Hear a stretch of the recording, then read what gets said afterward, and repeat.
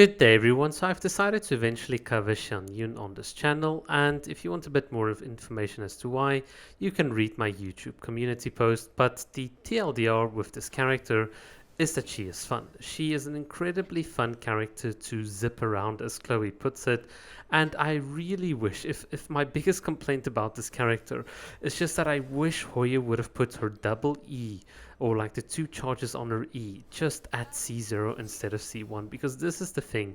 When you have a character that can effectively transform the way in which you interact with the overworld and the terrain and have fun, that to me is just really what should be the selling point of the character. Not the plunge playstyle, but just the ability to get to places in an easy and an accessible manner. I mean, if Hoyo reached out to me, gave me beta access and told me put together parkour footage for the live stream, I would have happily done it, because that is fun. It's exciting. Its movement abilities are really what I enjoy, and you guys can see here in the background, and I'll show more parkour footage as the video goes on, but you can see how I'm enjoying it, how I'm thinking, how the overworld isn't just a bunch of stupid fetch quests, but I'm thinking now about how am I going to interact with the environment, how am I going to play with my abilities. This is the, if you've ever played Overwatch and you've done Doomfist parkour, this is that kind of fun that you can still get back. That's really just what I like about the character. So why is movement so important? Well, for those of you that have seen my Yai Miko videos on the channel, we've covered a lot about movement in terms of Yai, the ability to space with the character, how to understand the character properly. By the way, I've already released like 69 videos with Yai in it, so I'm not in a rush to break that streak, just joking. But you can see here on the channel as I just scroll through it, lots of people have watched it, lots of people have understood now the correct way to play with Yai, and it's all about the movement. Yai is a movement-based character, and if you use her abilities in the correct order, you can just do so much, and that's the parallels that I want to draw. It's the exact same with Yelan, the ability to rapidly position, use your breakthrough bobs in a clever way. This is what makes Yelan such a fun and dynamic character, and this is why I try to position her in that way as opposed to someone like Xingshu. And that is why when it comes to positioning Xianyun, I can really say that she's another mobility type character. She doesn't have the damage potential obviously of Yai or Yelan, but what she is a unit that can apply the VV buff, which is very useful. If you really want to give her thrilling tales, you can. It depends on certain team comps, but she also provides continuous healing, which is very good, because that then fits into with Farina very well in enabling one of your characters, so she can shred, let's say, a Hydro or an Electro resistance and also continuously heal the team, and then that works very well in Farina type comps. And then finally, obviously, she can deal a bit of damage as well if you build her in the proper way, although I wouldn't think I wouldn't really put the emphasis on that. By the way, AR-60, and I just discovered this chest while recording, so that is kind of funny.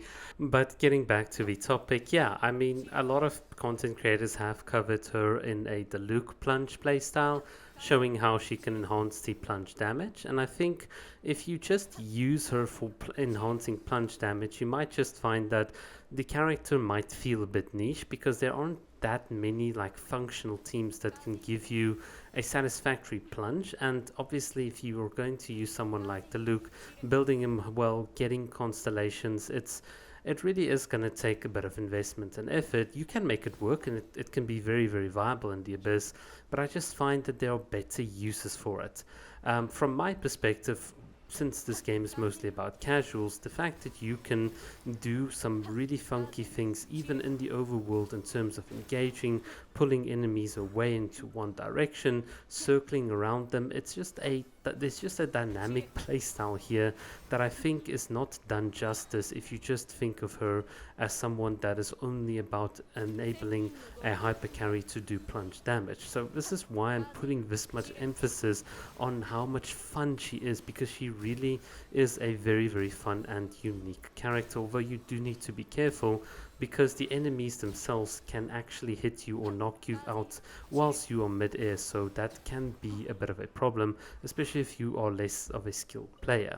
Right, so this is probably the part where I have to show all the Abyss footage and basically explain how to properly use Xianyun apart from just having fun in the overworld.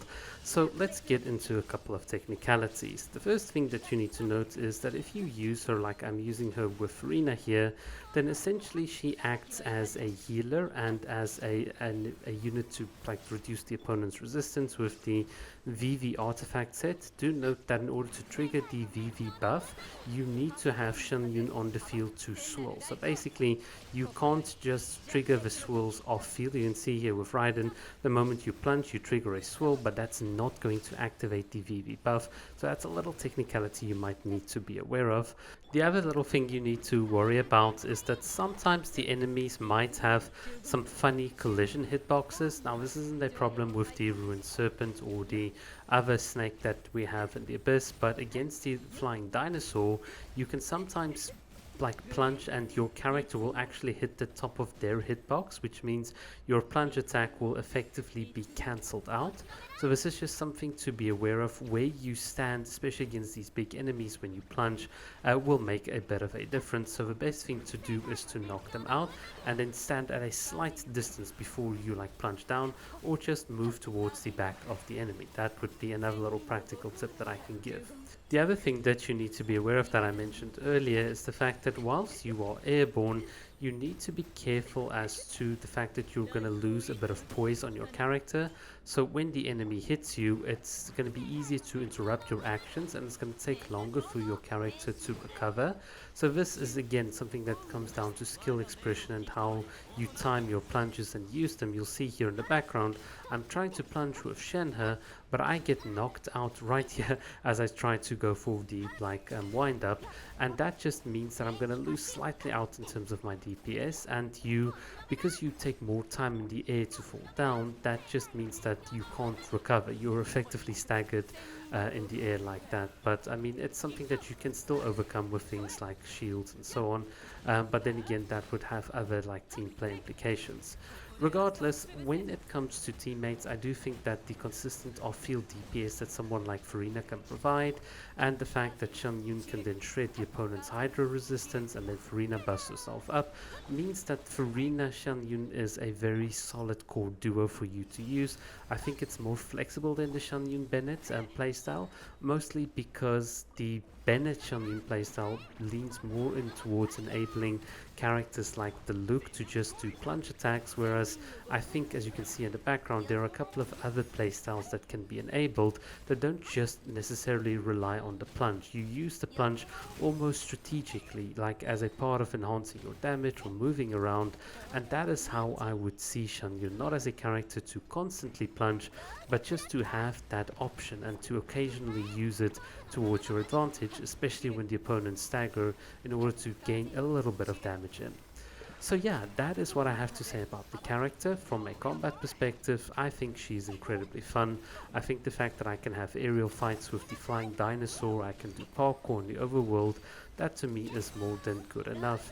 I just once again want to reiterate, it's such a shame that Hoyo locked her E ability, or like the double charges behind her C1. That to me, I think is the biggest just that letdown of the character.